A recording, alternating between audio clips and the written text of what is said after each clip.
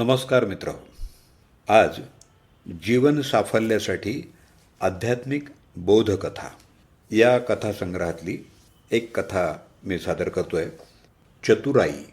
लेखक प्राध्यापक doctor Yashwantrao Patil sir. अभिवाचन दत्ता सर देशमुख. मित्र हो, आयुष्यात सुख, समाधान, आनंद मिळवताना घटना, प्रसंग, व्यक्तिपरत्वे चतुराईनं वागावं लागतं. प्रसंगी कुणालाही नाराज न करता चतुराईनं वागण्यातच शहाणपण असतं हे सांगणारी ही प्रतिकात्मक कथा आहे. व्यवहारात, दररोजच्या आयुष्यात शनिदेव आणि लक्ष्मीसारख्या व्यक्ती विविध घटना, प्रसंगपरत्वे आपल्याला भेटत असतात. तेव्हा त्यांच्याशी कसं वर्तन व्यवहार करावा हे सांगणारी ही बोधकथा. चतुराई.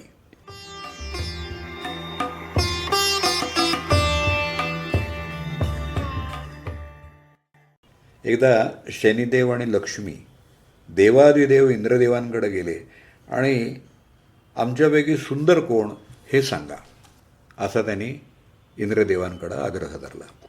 लक्ष्मीला सुंदर म्हणावं तर शनिदेव रागावतील, शनिदेवाला सुंदर म्हणावं तर लक्ष्मी रागावेल. तेव्हा काय करावं असा प्रश्न देवादिदेव इंद्राला पडला. म्हणून असं करा, तुम्ही दोघंही ब्रह्मदेवाला भेटून या, मग मी तुम्हाला तुमच्या प्रश्नाचं उत्तर सांगतो, असं इंद्रदेव म्हणाले.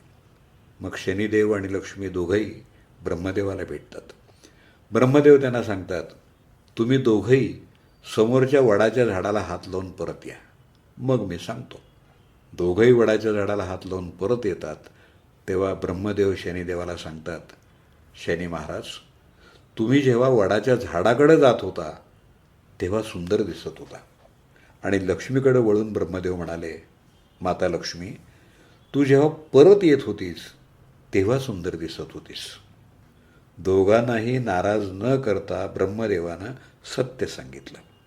मित्र हो, राशीतून जाणारा म्हणजे मुक्त करणारा शनी चांगला वाटतो आणि घरी येणारी लक्ष्मी म्हणजे संपत्ती केव्हाही सुंदर असते, म्हणजे सुखकारक वाटते. म्हणून कुणालाही सत्य सांगताना कधीही नाराज करू नये. सत्यसुद्धा कुशलतेनं आणि हुशारीनं सांगावं. हाच या बोधकथेतला आशय आणि अर्थ आहे. पटलं ना तुम्हाला?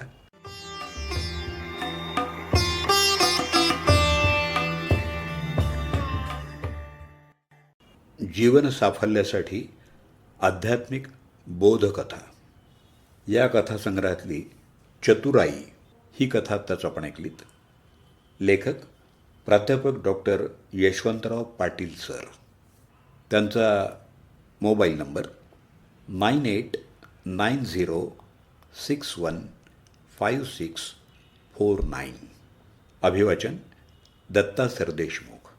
8329730186.